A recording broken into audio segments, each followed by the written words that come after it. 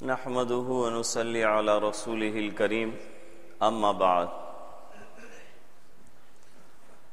اعوذ بالله من الشيطان الرجيم بسم الله الرحمن الرحيم ربنا آتنا في الدنيا حسنة وفي الآخرة حسنة وقنا عذاب النار صدق الله العظيم۔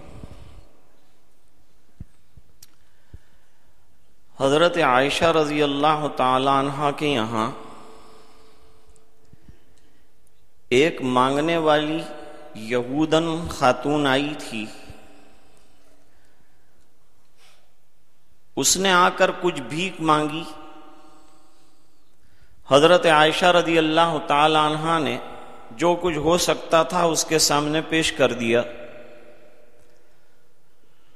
تو اس نے جہاں دوسری دعائیں دی اس میں ایک دعا یہ بھی دی کہ اللہ تعالیٰ تجھے عذاب قبر سے محفوظ رکھے۔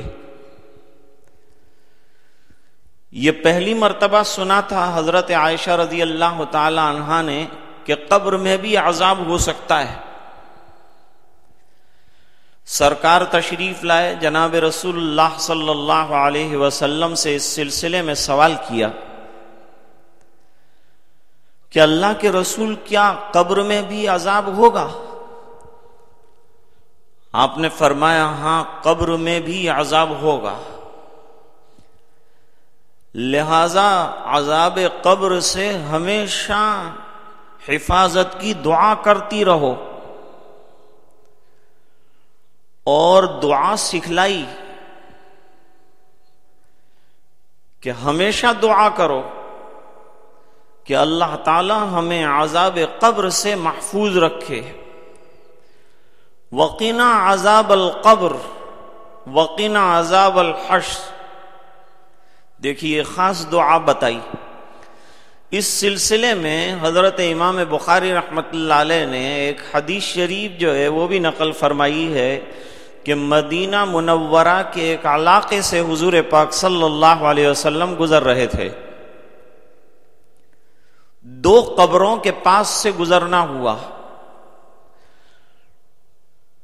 تو حضور پاک صلی اللہ علیہ وسلم کو یہ قبر میں جو دو آدمی لیٹے ہوئے تھے ان پر جو عذاب ہو رہا تھا وہ سنوایا گیا۔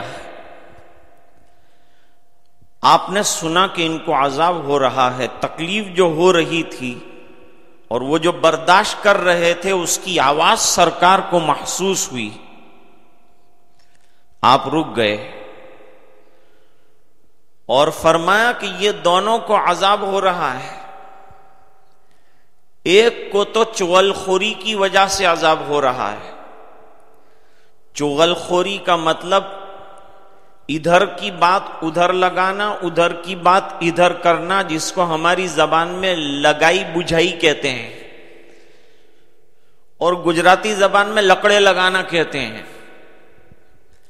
تو یہ ادھر کی ادھر کرتا تھا، ادھر کی ادھر کرتا تھا، جس کے نتیجے میں آدمیوں میں آپس میں جھگڑے ہو جاتے تھے، فساد اور فتنے جو ہے وہ پھیل جاتے تھے، اور اس کو اس کی کوئی پرواہ بھی نہیں ہوتی تھی کہ میرے یہ کہنے سے کیا نقصان ہوگا اور لوگوں کے اندر کیا خلفشار، کیا جھگڑا ہوگا، اس کا بھی وہ پاس و لحاظ کوئی نہیں کرتا تھا۔ اس بنا پر عذاب میں مبتلا ہے۔ معلوم ہوا چغل خوری ایک بڑا گناہ ہے اور اس کی وجہ سے عذاب قبر ہوتا ہے۔ دوسرا شخص یہ پیشاب کے چھینٹے اور یورین ڈراپس جسے کہتے ہیں اس سے نہیں بچتا تھا۔ نمیمہ کرنے والا اپنے اس عمل کو کوئی برا نہیں سمجھتا تھا اور یہ نہیں سمجھتا تھا کہ اس پر مجھے قبر کے اندر عذاب دیا جا سکتا ہے، جبکہ وہ جو دوسرا شخص تھا وہ پیشاب کے قطروں کی کوئی خاص پرواہ نہیں کرتا تھا۔ جانوروں میں رہتا تھا تو بکریاں ادھر ادھر پیشاب کرتی تھی، چھینٹے اڑتے تھے، یہ پرواہ نہیں کرتا تھا۔ حدیث پاک میں یہ دونوں چیزوں کی اہمیت بتا دی کہ پیشاب کے چھینٹوں سے بھی بچنا چاہیے، بلکہ ایک اور حدیث پاک میں تو بہت وضاحت کے ساتھ فرمایا، حضور پاک صلی اللہ علیہ وسلم نے استنزہوا عن البول، پیشاب کے قطروں سے اپنے آپ کو بچاؤ، فإن عامۃ عذاب القبر من، اس بنا پر کہ عام طور پر قبروں میں عذاب اس کی وجہ سے ہوتا ہے۔ کئی چیزیں ثابت ہوئی، ایک تو یہ کہ پیشاب کرنے کے بعد چھینٹے نہ اڑیں، اس کا خیال رکھنا چاہیے، اور پھر پانی سے پاکیزگی کا اہتمام کرنا چاہیے، اپنے کپڑوں کو یہ چھینٹوں سے اور اپنے جسم کی حفاظت کرنی چاہیے۔ دوسرا، آدمی کبھی کسی گناہ کو معمولی سمجھتا ہے لیکن وہ اللہ کے یہاں بڑا ہوتا ہے۔ ایک حدیث شریف میں فرمایا کہ کسی گناہ کو چھوٹا سمجھ کر مت لینا، اور کسی نیکی کو چھوٹا سمجھ کر چھوڑ مت دینا، اس بنا پر کہ کبھی چھوٹی نیکی انسان کو بڑے مرتبوں تک پہنچاتی ہے اور جنت دلا دیتی ہے۔ واقعہ نقل کیا ہے کہ حضرت امام ابو داؤد سمندر کے کنارے پر کھڑے تھے، سامنے سے جہاز جا رہا تھا، اس میں کسی کو چھینک آ گئی، اس نے الحمدللہ کہا، لیکن ابو داؤد کو خیال آیا کہ میرا جواب شاید وہاں تک میری کمزوری بڑھاپے کی وجہ سے پہنچتا ہے کہ نہیں پہنچتا۔ انہوں نے اس زمانے کے جو 4 آنے تھے 25 پیسے، وہ کرائے پر ایک کشتی لے لی، 25 پیسے کے اندر 4 آنے کے اندر کرائے پر کشتی لی، اور وہاں جو سٹیمر جا رہی تھی اس کے قریب پہنچ کر وہ جس نے الحمدللہ کہا تھا، چھینک آنے پر اس کو جواب دیا یرحمک اللہ، واپس آ گئے، گھر پہ آ کے لیٹ گئے۔ فرماتے ہیں کہ خواب میں کسی کہنے والے نے کہا کہ آپ کے پاس بہت علم بھی ہے اور آپ کے پاس اللہ تعالیٰ نے حدیثوں کا ذخیرہ بھی بہت دیا ہے، لیکن آج یہ اخلاص سے 4 آنے جو خرچ کر کے آپ نے اس کی چھینک کا جو جواب دیا، اس پر اللہ تعالیٰ نے آپ کی مغفرت کا فیصلہ کر دیا۔ حضرت امام احمد ابن حنبل رحمت اللہ علیہ کے واقعات میں لکھا ہے، انتقال کے بعد کسی نے پوچھا کون سا عمل کام آیا آپ کو؟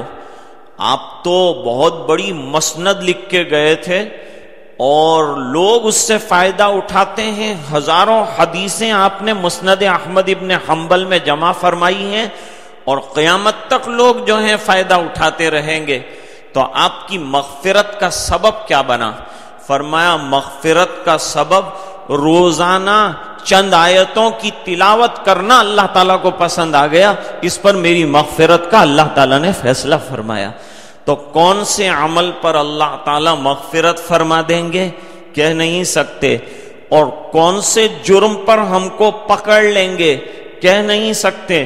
اس لیے علماء نے فرمایا کسی گناہ کو بھی چھوٹا مت سمجھو، اور مثال کتنی اچھی بیان کی، مثال یہ بیان کی کہ جیسے بڑا انگارہ فائر کول وہ جلا سکتا ہے اور آگ لگا سکتا ہے، اس طرح چھوٹی چنگاری جو ہے وہ بھی پورے خرمن کو اور پورے پیٹرول اسٹیشن کو جلانے کے لیے کافی ہو سکتی ہے۔